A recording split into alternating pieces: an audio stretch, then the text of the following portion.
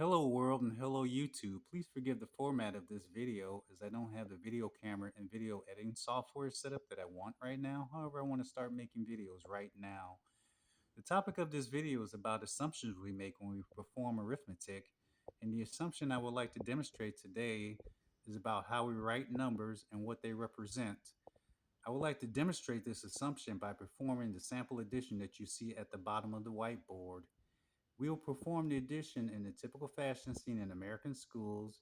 After we perform the addition, we'll go back, look at our assumption, see if it was correct, and see if we can draw any conclusions. Beginning our addition, we start in the rightmost placeholder, which is the ones placeholder. Our units in this placeholder are 1 and 9.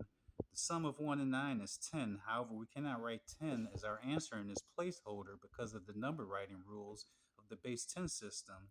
So we'll have to transfer all of our units from the ones placeholder to the next adjacent placeholder, which is the tens placeholder. In the tens placeholder, our units are 1, 2, and 7. Again, that sum is 10. And again, we cannot write 10 as an answer for our placeholder. So we have to transfer all of our units into the next adjacent placeholder, which is the 100s placeholder. In the 100s placeholder, our units are 1, 3, and 6. Again, our sum is 10, and we cannot write 10 as an answer, so we again must transfer all of our units from the 100s placeholder to the next adjacent placeholder. In the 1000s placeholder, our units are 1, 4, and 5. Our sum is 10. We cannot write a 10, so we must again transfer all of our units into the next adjacent placeholder, which is the 10,000s placeholder. Our units in the 10,000s placeholder are 1, 5, and 4. Our sum is 10. Again, we cannot write that in this placeholder as our answer, so we transfer our units once again to the next adjacent placeholder, which is the 100,000s placeholder. Our units in this placeholder are 1, 0, and 0. Their sum is 1, and we are at the end of our addition problem, and our answer is 100,000. In our addition, the sum of all the units in each placeholder was 10. Based upon that, we can make the assumption that since they are all written as 10, that all of these values of 10 are equal. However, that assumption is not correct, and we can show this by looking at the different placeholders. The only placeholder where that is correct is in the ones placeholder, where 1 unit of 1 plus 9 units of 1 is equal to 10 units of 1. In the tens placeholder, we do have 10. However, that is 10 units of 10, which is equal to 100, not 10. Likewise, in the hundreds placeholder, we have 10 units of 100, which is 1,000, and not 10.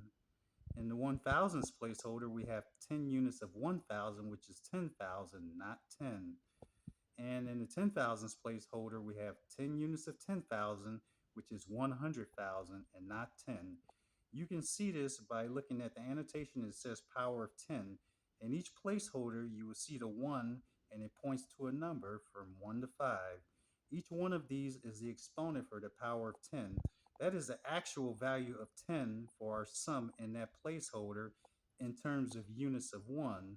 And the only placeholder where that 10 is actually equal to 10 units of 1 would be in the ones placeholder.